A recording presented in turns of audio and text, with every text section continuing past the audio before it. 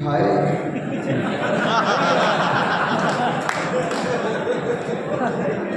और जो हमारे योग्य भाई योगेंद्र जी के साथ है और भारत माँ की जय करने के लिए तैयार है, वो मेरे साथ बोले भारत माता की।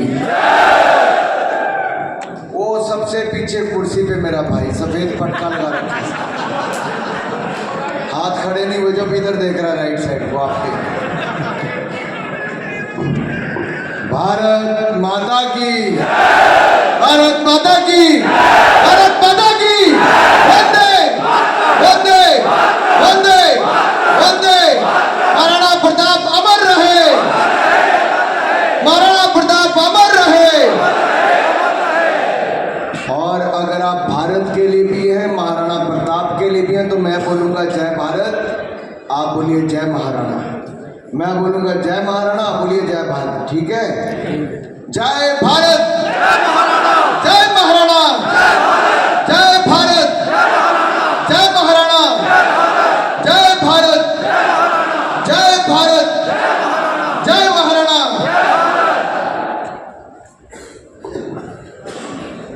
मंच पर उपस्थित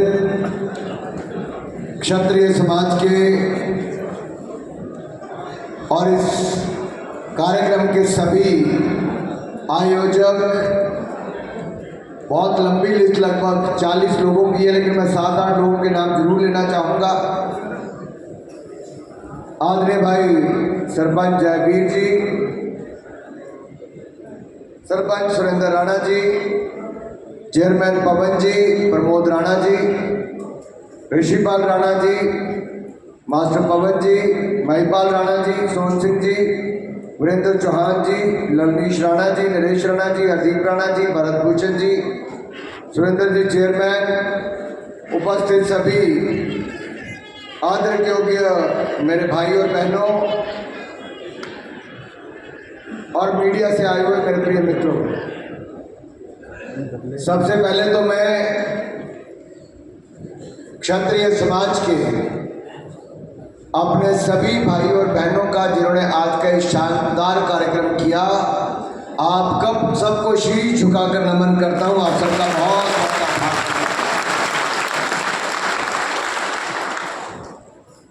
भाई योगेंद्र जी हमारे पुराने मित्र हैं,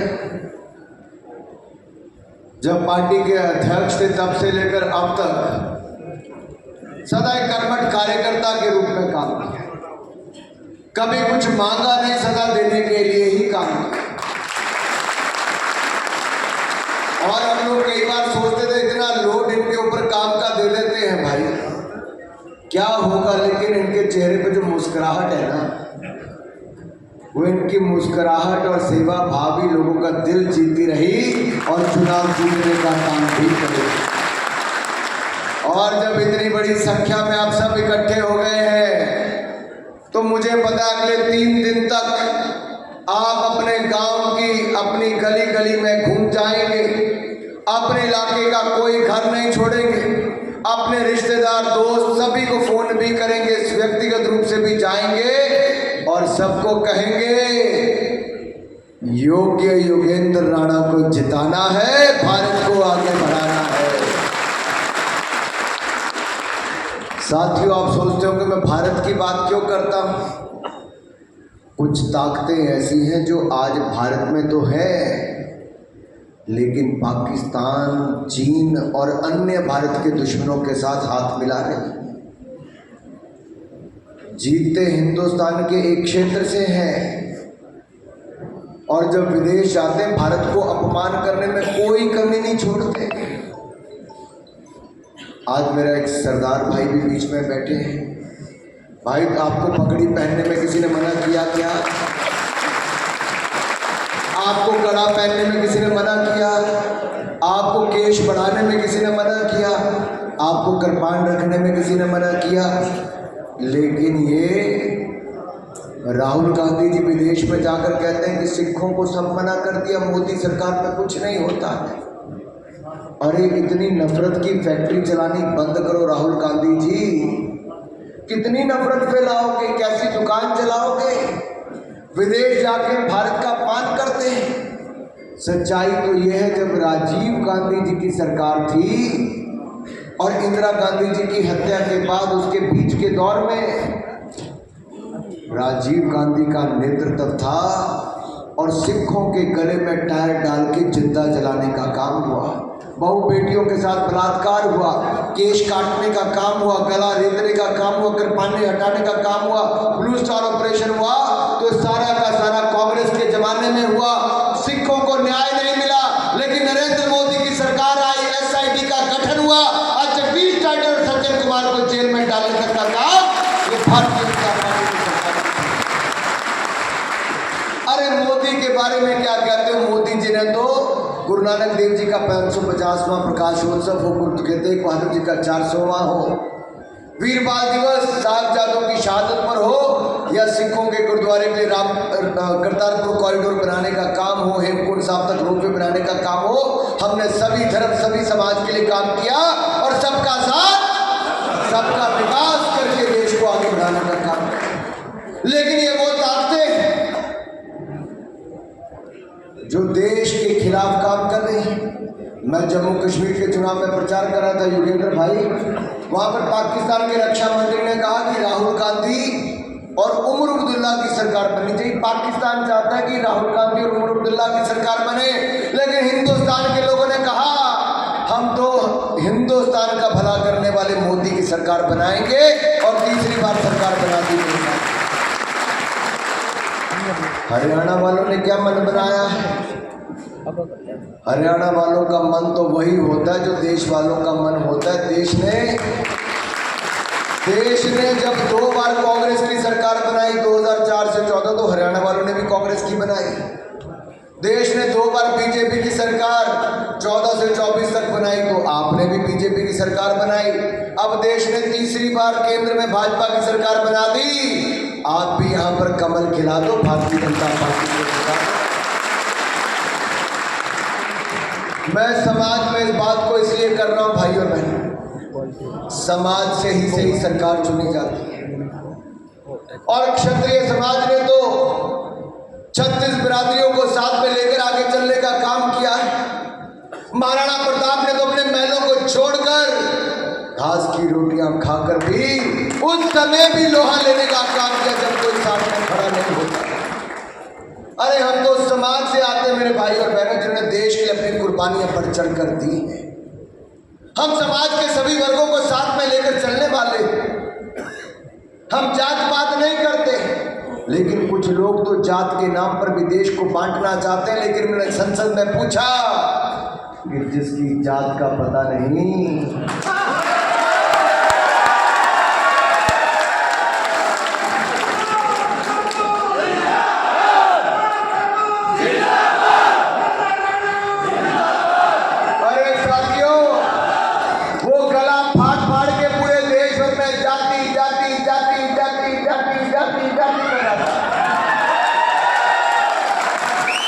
लेकिन आपके बेटे ने एक बार ही कहा कि जिसकी जात का पता नहीं वो जाति गणना की बात करता है। उसके बाद उसके मुंह पे जाति कभी नहीं आया। कहीं तो हमारी आवाज का फर्क पड़ता है कि नहीं पड़ता है?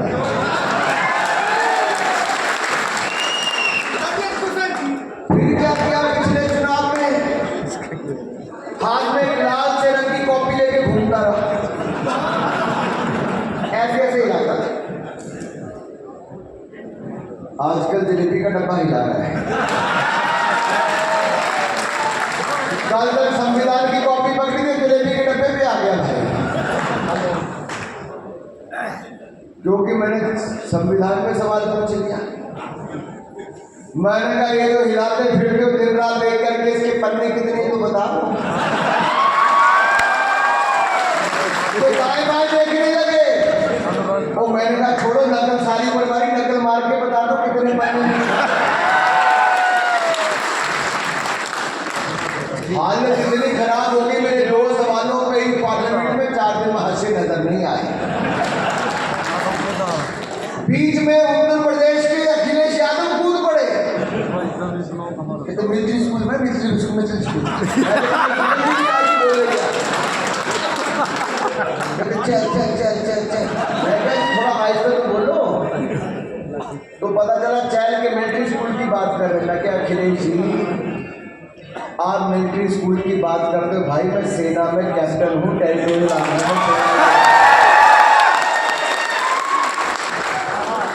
पार्लियामेंट में अगले 4 दिन से उत्तर प्रदेश के दोनों लौटे नजर नहीं आए।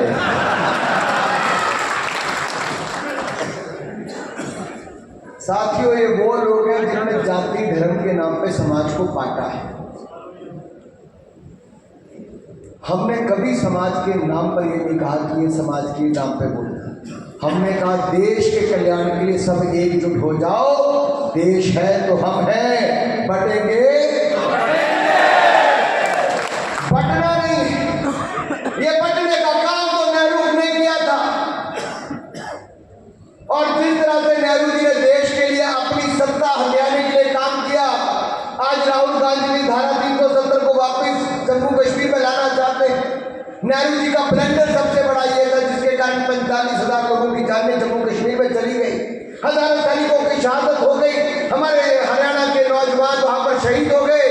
राहुल गांधी को जवाब देना पड़ेगा हरियाणा के नौजवानों को, क्यों नहीं बुलेट प्रूफ जैकेट इनकी सरकार ने दी 2004 से 14 तक।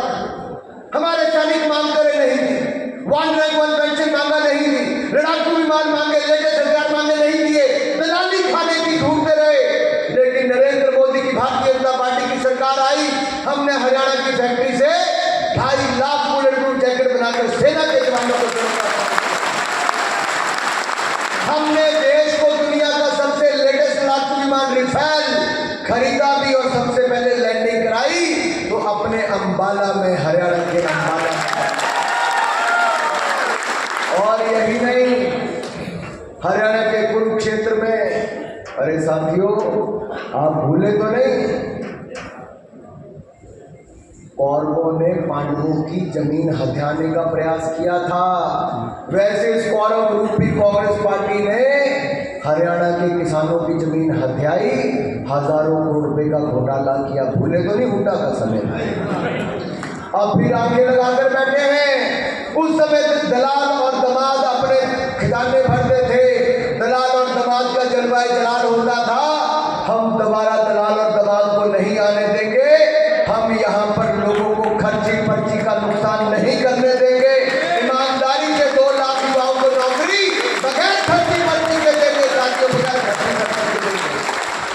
अरे इन्होंने तो दलाल दमाद की सरकारें तो चलाई, लेकिन दलितों पर उत्पीड़न की प्रयोगशाला भी यहाँ पे चलाई हरियाणा में। 18 दलितों के घर जला दिए गए, कोई बोला नहीं, मिर्चपुर कांड में 19 दलित की बेटियों के साथ बलात्कार हुए, कोई बोला नहीं हुड्डा की सरकार में। अशोक तंवर दलित समाज से आते थे, शैलजा कुमारी जी दलित समाज से आती है। आज तो क्या हालत है उनकी, मंच पे नहीं चढ़ने देते कांग्रेस।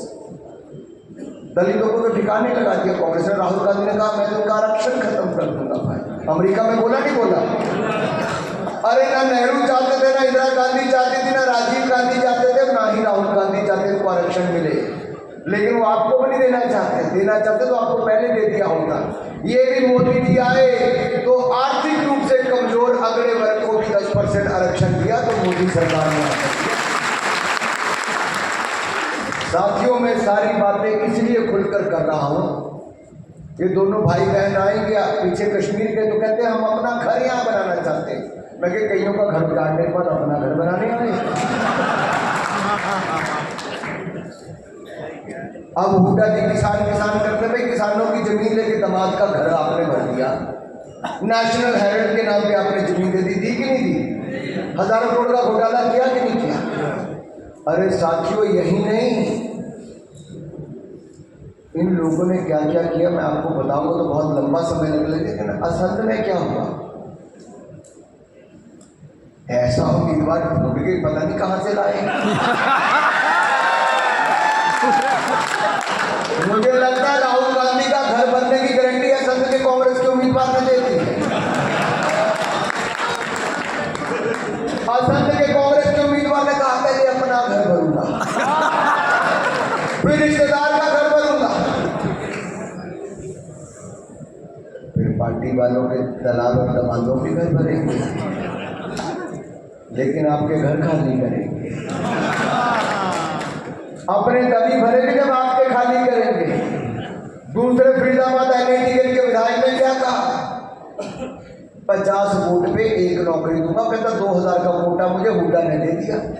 अरे हुड्डा जी, बापू बेटे को सेट करने में लगा, हरियाणा को अब सेट करने में लगा है।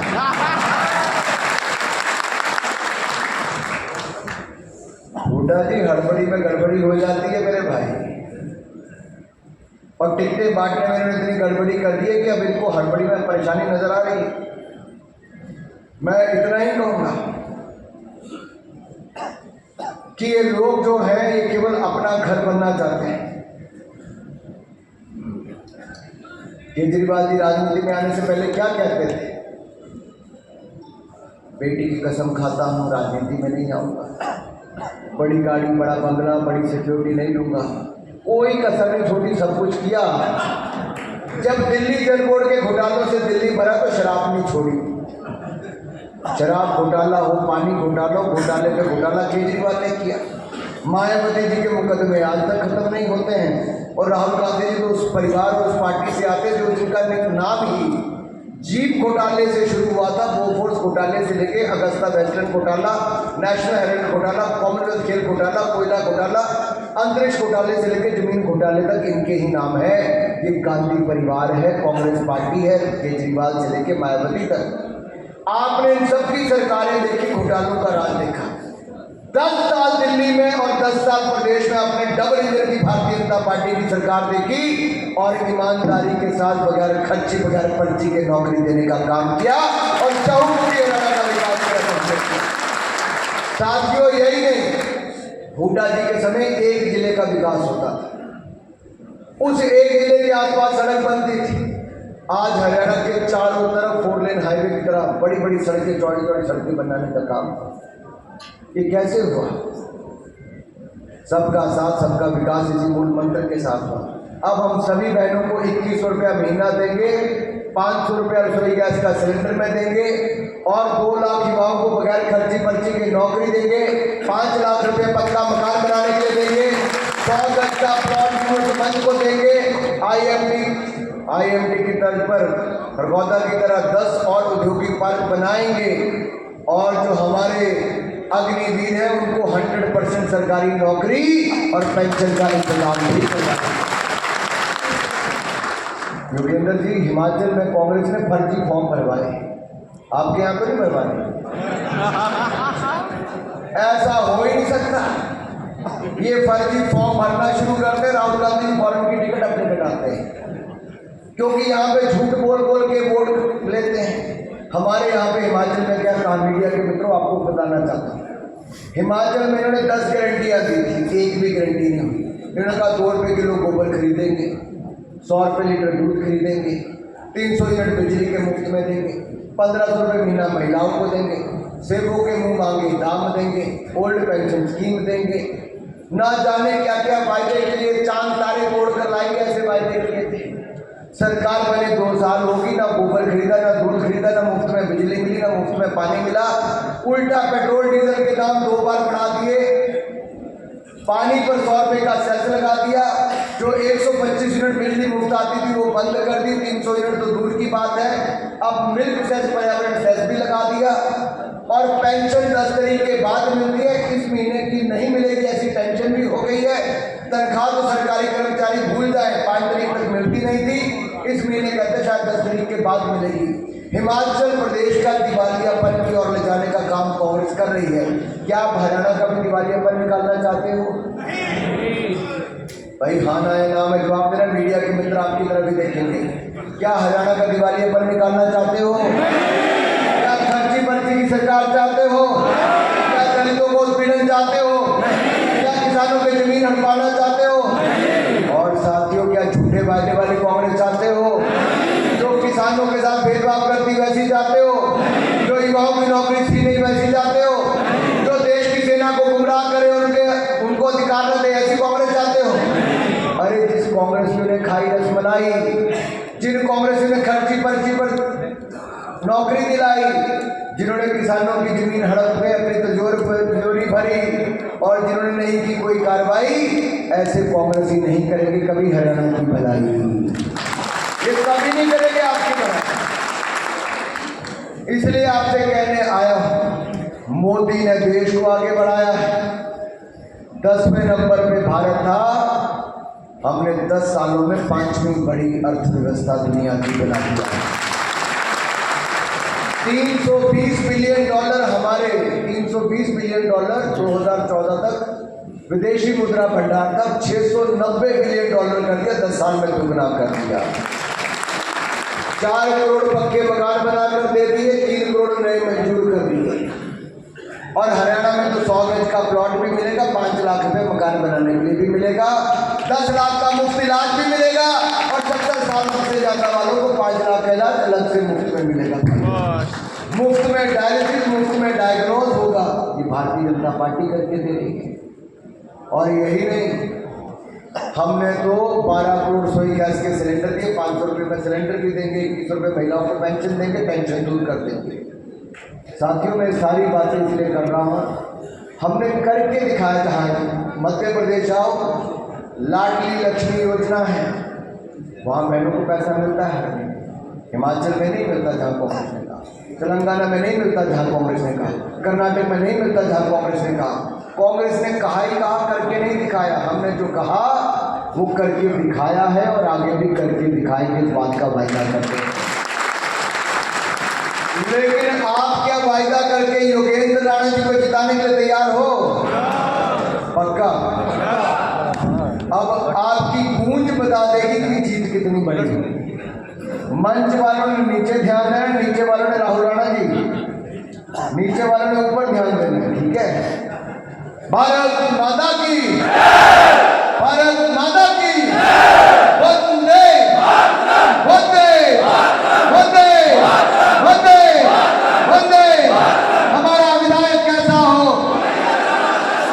हमारा विधायक कैसा हो, हमारा विधायक कैसा हो, हमारा विधायक कैसा हो, हमारा विधायक कैसा हो, हमारा विधायक कैसा हो, हमारा विधायक कैसा हो, हमारा विधायक कैसा हो, हमारा विधायक कैसा हो, हमारा विधायक कैसा हो, हमारा विधायक कैसा हो। महाराणा प्रताप अमर रहे, महाराणा प्रताप अमर रहे। ये जो आपकी ताकत है ना, ये दिखाती है कि आप एक स्वर में होकर